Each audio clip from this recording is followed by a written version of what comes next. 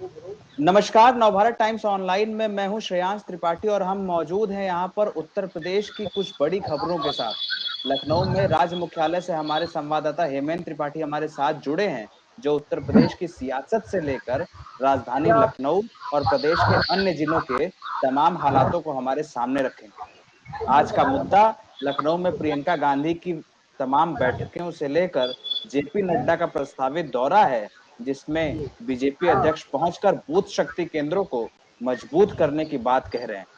लखनऊ से हमारे संवाददाता हेमेंद्र हमारे साथ हैं। जेपी नड्डा का दौरा क्या कहता है और क्या रणनीति होगी, हेमेंद्र विस्तार से बताइए।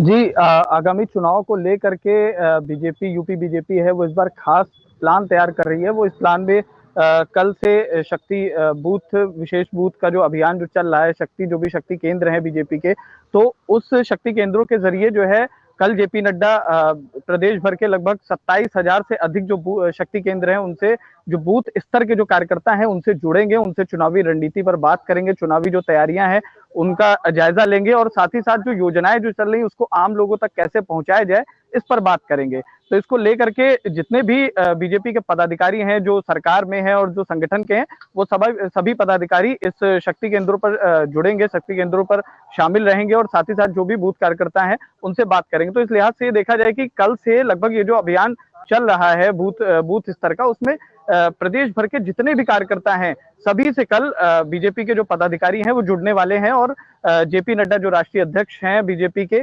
वो इन रणनीतियों को इन सभी जो योजनाएं हैं उनसे कार्यकर्ताओं से साझा करेंगे। हेमेंद्र, इसी महीने के अंत में प्रधानमंत्री नरेंद्र मोदी का दौरा भी होने वाला है, तो क्या इसे लेकर भी कोई बातचीत जेपी नड्डा पदाधिकारियों से करेंगे? इस पर भी कोई एक प्लान तैयार किया जाएगा? जी हाँ, इस पर भी बात जो सूत्रों से जानकारी है वो इस पर भी बात हो सकती है और साथ ही साथ इस बीच में प्रधानमंत्री मोदी का जन्मदिन भी है, तो उसको लेकर के भी खास तैयारियां चल रही हैं। इसकी भी जो है घोषणाएं होंगी कि क्या प्लान है बीजेपी की ओर से। कल जो जेपी नड्डा शक्ति केंद्रों के जरिए वर्चुअली जो जुड़ेंगे कार्यकर्ताओं के साथ, तो उसमें कई कई चीजें, कई बातों पर घोषणा होगी, कई आगे योजनाओं पर बात होगी और आगे की क्या तैयारियां हैं उस पर चर्चा होगी। दूसरी खबर बीजेपी के अलावा बीजेपी की एक विरोधी पार्टी से है। बहुजन समाज पार्टी ने शुक्रवार को एक बड़ा दांव खेला है। एक लंबे वक्त तक मुख्तार अंसारी को सांसदीय और विधायकी लड़वाने के बाद मायावती की पार्टी ने यह कह दिया है कि उन्होंने अब 2022 के चुनाव में किसी भी बाहुबली या माफिया को टिकट नहीं देना है। मायावती की पार्टी का ये जो फैसला है, इसे एक बड़े कदम के रूप में देखा जा रहा है। हमें वो फैसला याद आता है जब डीपी यादव को टिकट देने का फैसला अखिलेश यादव ने 2012 में खारिज कर दिया था और ये कहा जाता है कि बाहुबलियों से ये जो दूरी बनाई अखिलेश यादव ने, उससे ही 12 में सत्ता आई अखिलेश यादव। लेकिन अब मायावती ने ही ऐसा कदम एक उठाया है यहाँ पे। मुख्तार अंसारी का ये जो पूरा कारनामा, मतलब पूरी पॉलिटिक्स है, मुख्तार जेल में है और बीएसपी का उनसे इस तरह से किनारे करना। हेमंत, क्या खबर है लखनऊ से? जी, मायावती ने आज सुबह सुबह ट्वीट किया कि वो जितने भी बाहुबली हैं या फिर जो भी माफिया हैं उनको इस बार अपनी पार्टी से अगले जो आगामी विधानसभा चुनाव है उनमें टिकट नहीं देंगी कहीं से भी। तो ये एक कहीं ना कहीं देखा जाए तो बहुजन समाज पार्टी की ओर से बहुत बड़ा फैसला है और इसको लेकर के कहीं ना कहीं जो वोट बैंक है वो इनके पाले में गिर सकता है। तो इस लिहाज से, क्योंकि हर जगह जो भी प्रदेशवासी हैं, जो भी प्रदेश की जनता है, वो इन चीजों पर खासकर क्राइम ग्राफ को लेकर के पार्टी के भीतर कितने क्राइम से जुड़े हुए नेता हैं और किनको टिकट मिला है, तो इन सभी मुद्दों को लेकर के वो वोट करते हैं, वो चुनाव में अपना नेता चुनते हैं। लेकिन इस बार मायावती का जो ट्वीट है इसका बहुत बड़ा असर पड़ने वाला है प्रदेश की राजनीति पर और आगामी चुनाव पर, क्योंकि अब इस बार मायावती ने साफ तौर पर यह बात कही कि मुख्तार अंसारी को मऊ से जो विधायक हैं तो उनका टिकट वहां से काट दिया है। ये बहुत बड़ा फैसला है और इस बार जो बहुजन समाज पार्टी के जो प्रदेश अध्यक्ष हैं उनको उनकी जगह पर टिकट दिया जाएगा मऊ से। हेमंत, एक हम पृष्ठभूमि अगर देखें तो मायावती की पार्टी में लंबे वक्त से ऐसे लोग रहे हैं जिनके ऊपर कई गंभीर आरोप लगे हैं। बबलू सिंह एक अयोध्या से विधायक हुआ करते थे, मायावती की पार्टी में ही थे और उनके ऊपर आरोप लगा था। रीता बहुगुणा जोशी के विरोध के बाद उनको बीजेपी से भी कुछ दिन पहले निकाल दिया गया था।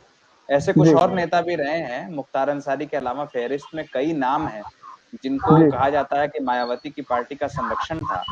तो मायावती के इस दाव से कोई सियासी नुकसान होता दिखेगा या 2022 में कोई फायदा? लखनऊ में क्या चर्चा है इसे लेकर? नहीं, ये चीज तो देखी जा रही है कि मायावती का जो फैसला है ये कहीं ना कहीं मायावती की पार्टी को इससे फायदा हो सकता है, क्योंकि अगर ऐसे फैसले समाजवादी पार्टी या बहुजन समाज पार्टी लेती है तो जाहिर है इसका लाभ उनको इन चुनाव में जरूर मिलेगा। और ये कहीं ना कहीं बीजेपी को नुकसान हो सकता है, क्योंकि बीजेपी के पास एक मुद्दा हमेशा से रहा है कि बहुजन समाज पार्टी हो या फिर समाजवादी पार्टी हो, उसमें जो भी दागी जो नेता है वो रहते हैं, और जो भी क्राइम ग्राफ जिनका बहुत ऊपर रहता है, क्राइम के मामलों में जो ऊपर रहते हैं, ऐसे नेता शामिल रहते हैं। तो अब मायावती का ये फैसला लिया गया है तो इससे बीजेपी को थोड़ा बहुत एक मुद्दा जो उनके पास हमेशा से रहता था उसमें कहीं ना कहीं दिक्कत हो सकती है उन्हें। मुख्तार अंसारी को टिकट देने की पेशकश भी हो गई है। एक पार्टी से टिकट कटा तो दूसरी पार्टी से ऑफर आ गया। एआईएमआईएम ने ऑफर दे जी दिया है कि आप हमारी पार्टी से चुनाव लड़िए।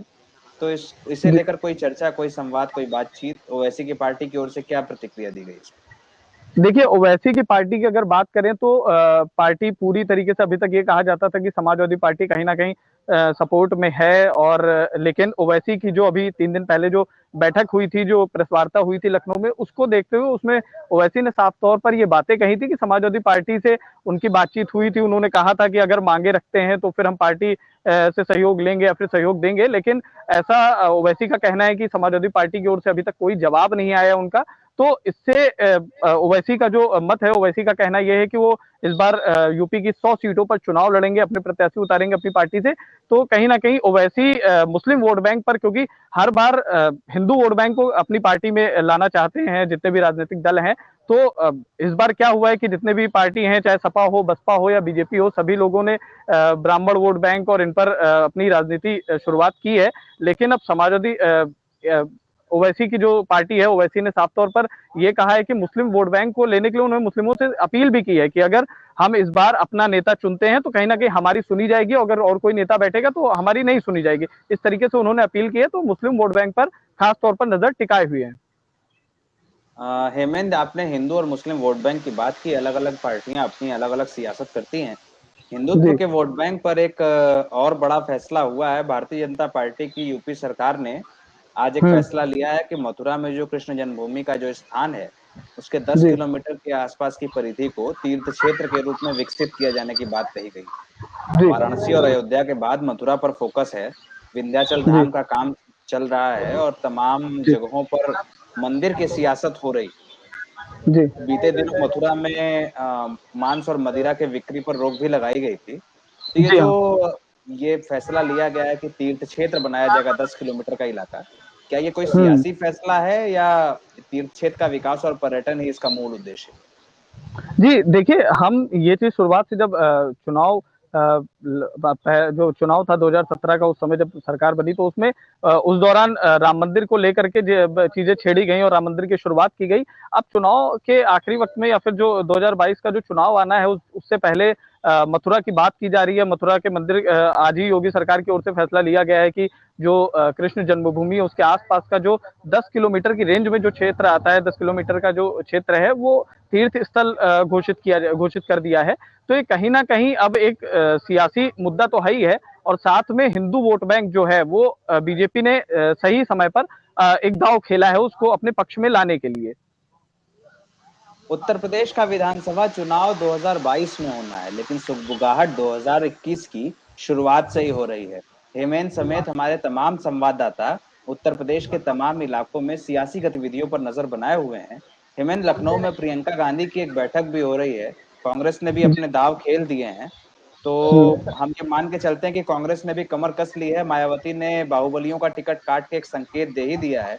बीजेपी की बैठकें जारी हैं। समाजवादी जी पार्टी इन सारी बैठकों में कहीं पिछड़ी नजर आ रही है, क्योंकि ओवैसी बहुत तेजी से काम कर रहे हैं। वो दिख रहा है कि वो अतीक के पत्नी को शामिल करा रहे हैं या मुख्तार अंसारी के परिवार से मिल रहे हैं।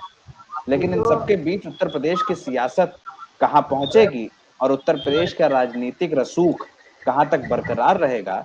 2022 के पहले राजनीतिक सत्ता के परिवर्तन में राजनीतिक सत्ता के कितने दाव और राजनीति कितनी खेली जाएगी, ये सब हम उत्तर प्रदेश और नवभारत टाइम्स के साथ देखते रहेंगे। फिलहाल आज के लिए हेमेंद्र, आपका बहुत बहुत शुक्रिया।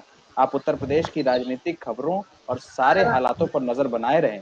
कल हम फिर हाजिर होंगे इसी वक्त पर उत्तर प्रदेश की खबरों के साथ। नमस्कार।